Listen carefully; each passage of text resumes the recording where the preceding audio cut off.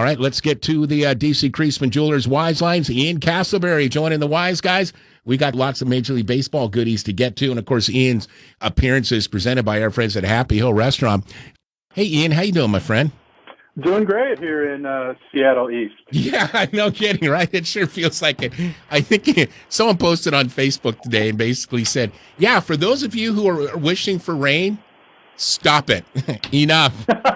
We've had it. We get it. You like it. I like the rain too, but, we also like some sunshine as well. Speaking of sunshine, shall we head out to the West Coast? That's where we'll start with Justin Turner and the Dodgers re-upping a 2-year deal with $34 million. All of that is guaranteed. That's nice money if you can get it. And Ian, this looks like a really good deal for both sides. How do you break it down? Yeah, the Dodgers were the best fit for Justin Turner to re-sign. There was some interest from the Tampa Bay Rays. I don't know if they were willing to go 2 years or for how much per season. The Milwaukee Brewers also had interest, but, that's a total rebuilding situation there. I was curious. I thought maybe Turner would have been a really good fit with the Washington Nationals, but ultimately I think the Dodgers were the best fit, not just for Turner, but for the Dodgers as well. Turner is a team leader. I think we saw a great example of that last season during the COVID regulations and trying to make sure everybody was wearing their masks and staying safe and staying focused. Justin Turner was a big proponent of that, which makes it more baffling that he was such a knucklehead after the World Series and went out there. It caused a big problem, not wearing a mask and being really a jerk to the league and team personnel that try to keep him isolated. But a 2-year deal, he's 36 years old. I don't know if he's going to play third base for each of those 2 years. The Dodgers do have some other guys who can play that position, but at least for 2021, I think Turner, he's not as good a defensive third baseman as he used to be, but he's still quite good. Maybe he can move around a little bit, play some first base. If a universal DH is adopted, I think that will ultimately be Justin Turner's best role. But, this was the best move for both sides. Yeah, agreed, for sure. He brings a lot to the clubhouse as well. All right, Ian, so why are the Mets bringing Tim Tebow back to spring training? I mean, is he a prospect or is he a novelty act? Here's what you ultimately have to say about Tim Tebow. Last year, when there was no minor league season, teams took their top prospects and put them on a taxi squad. Maybe they had the possibility of being called up to the major leagues, but really just kind of almost like an Arizona Fall League or something where all the top prospects could play together and develop.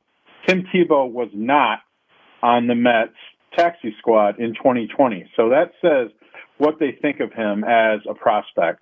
So why is he being invited to spring training? Obviously, selling tickets, and he's very popular with the fans. I don't know how many fans are going to be allowed at Port St. Lucie or in the Grapefruit League in general. But I think also what's important for the Mets in inviting Tim Tebow to camp is I think they look at him as someone who can provide leadership, who can provide an example at 33 years old, still trying to do what he can to make it to the major leagues. Somebody who's going to keep working hard every day, not going to give up. I would compare this somewhat to when Russell Wilson was invited to spring training by the Texas Rangers and later the New York Yankees. Russell Wilson was never going to appear in a game, right. But the Rangers and the Yankees after that thought it was really important to see somebody who, was an NFL superstar come and work hard because he loved the game and set an example for the young minor leaguers. And I think that is how the Mets view Tim Tebow, because we're talking about a guy who hit 163 in 2019. Do you think they've told Tebow this? I wonder if he's going in like, I got another shot at making the big leagues. I mean, I think they've dangled that carrot in front of him, saying, if you play really well, you can make it to the majors. And I think, in 2018, he had a good season. He batted .273.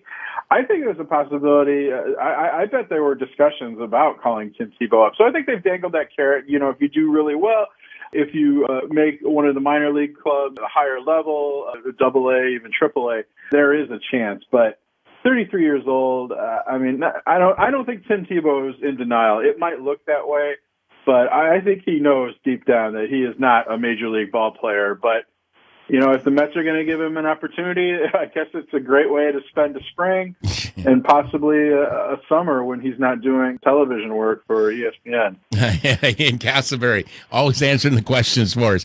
Joining us on the DC Creasman Jewelers Wise Lines. It's our Major League Baseball update for this Monday, presented by our friends at Happy Hill Restaurant.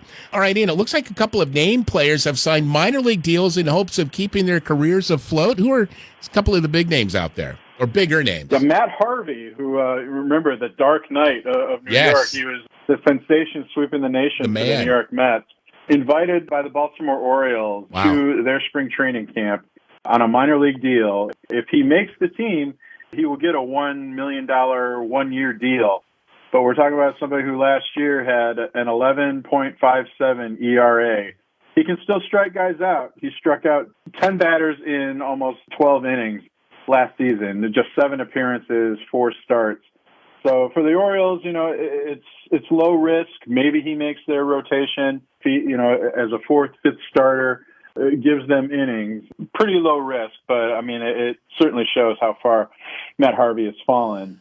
Yeah. And another big name is outfielder Jay Bruce, signed a minor league deal with the New York Yankees. Now he's 33 years old, but he still has some pop. He hit 6 home runs last season in 32 games against right-handed pitching.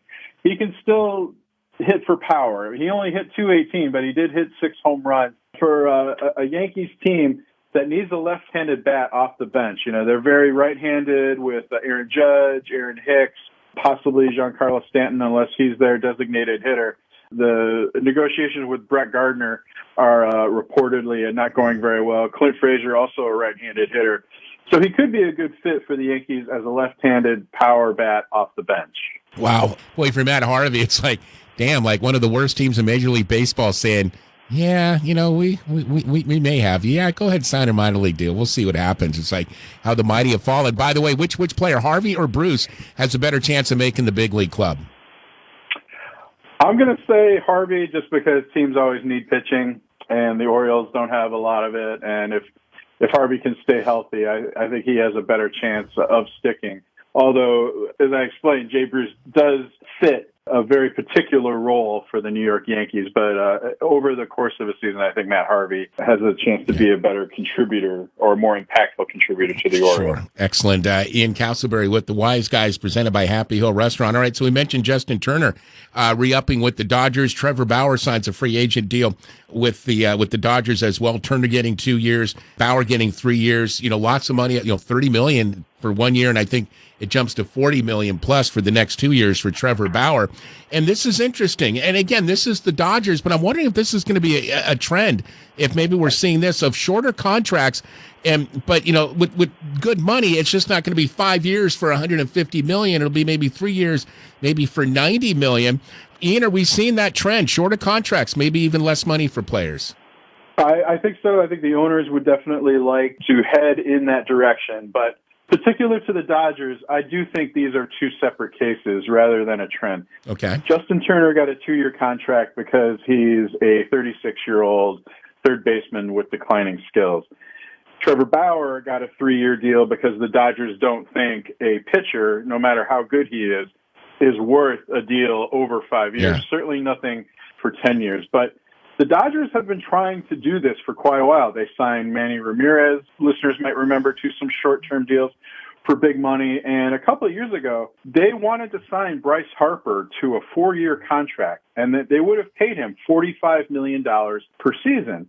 So they would have given him huge money per season, but they didn't want to get trapped in this 10-year 12-year contract. Like that's Philly what is. Bryce Harper was after eventually, so that's what he got from the Phillies. So I think it's more, right now it's the way the Dodgers are doing business, and considering their success, many other Major League teams should probably follow that model.